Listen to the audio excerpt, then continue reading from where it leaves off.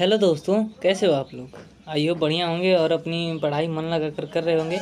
तो आज के इस वीडियो में हम लोग संस्कृत का जो आपका मंथली टेस्ट होने वाला है जुलाई मंथ का, उसका एमसीक्यू करने वाला है। और ये एमसीक्यू आपके जो टेस्ट है उसमें पूछने के संभावना बहुत ज़्यादा है। देखो क्या है ना कि चैप्टर वाइज है, ओके। तो जो भी उसमें से हम भी कलेक्ट किए हैं कुछ क्वेश्चन, तो इस क्वेश्चन के आने के चांसेस हैं, ठीक।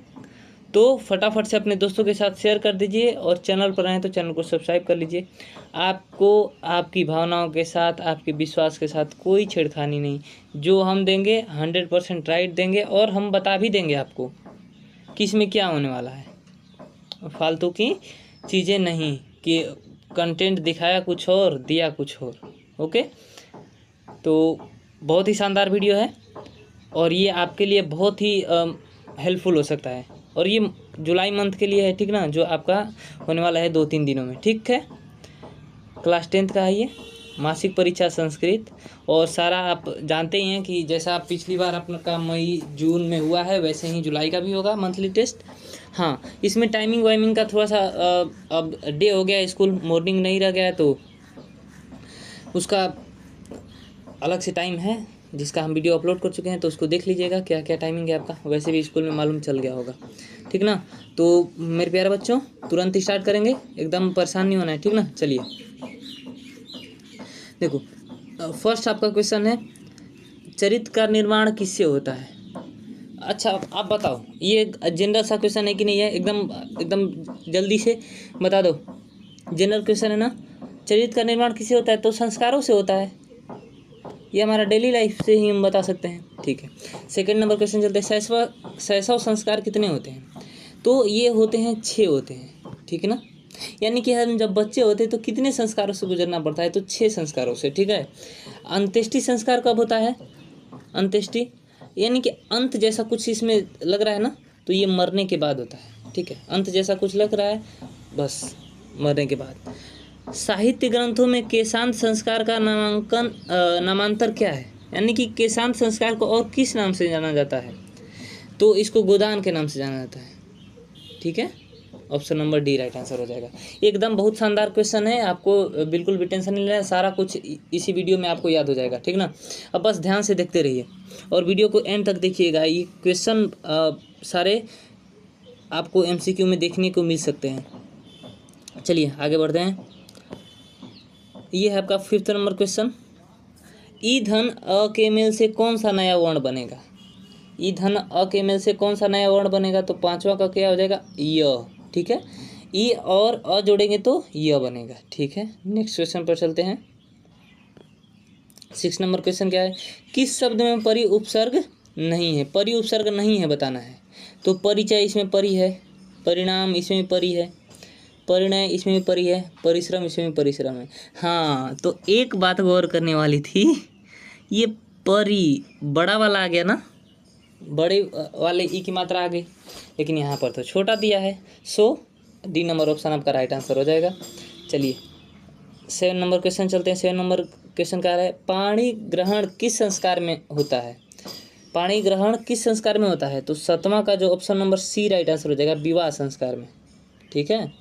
संस्कार कितने होते हैं, तो 16 संस्कार होते हैं, ठीक है। Option number A right answer हो जाएगा। नेक्स्ट चलते हैं 19 नंबर क्वेश्चन, फटाफट से अपने दोस्तों के साथ शेयर कर दो। देखो भाई, क्वेश्चन बहुत ही शानदार हैं और आपके टेस्ट में पूछे जाने के चांसेस बहुत ज़्यादा हैं, तो एकदम भी मिस नहीं करना है एक भी क्वेश्चन, ठीक ना। वृद्ध का प्रकृति प्रत्यय क्या होगा, यानी प्रत्यय बताना है इसमें कौन सा होगा, ठीक है ना।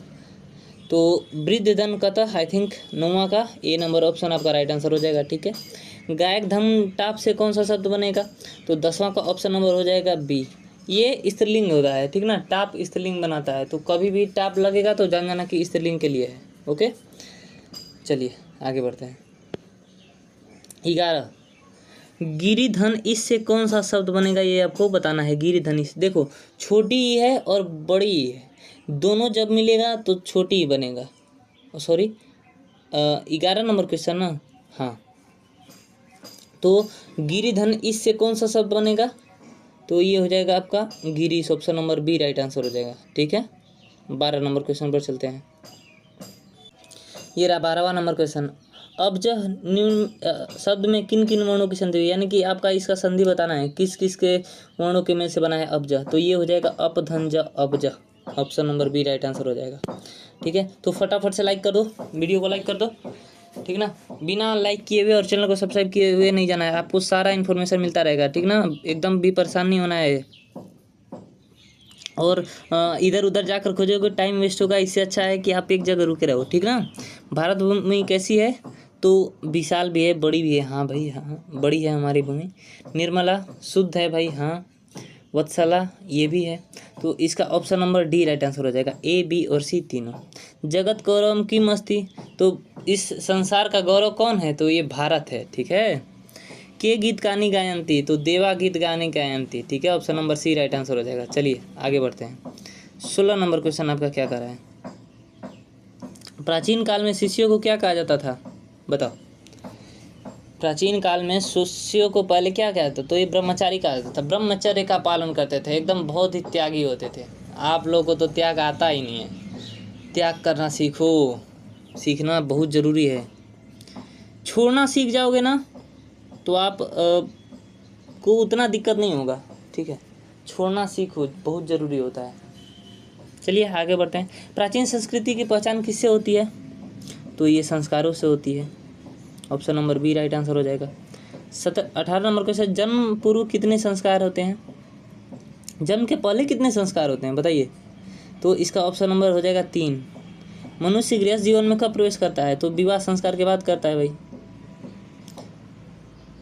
भारतीय जीवन में किस काल में संस्कारों का महत्व चला आ रहा है, तो ये भाई एकदम प्राचीन कालों से चला आ रहा है, यानी कि बहुत पहले से ही हमारा चला आ रहा है संस्कार का।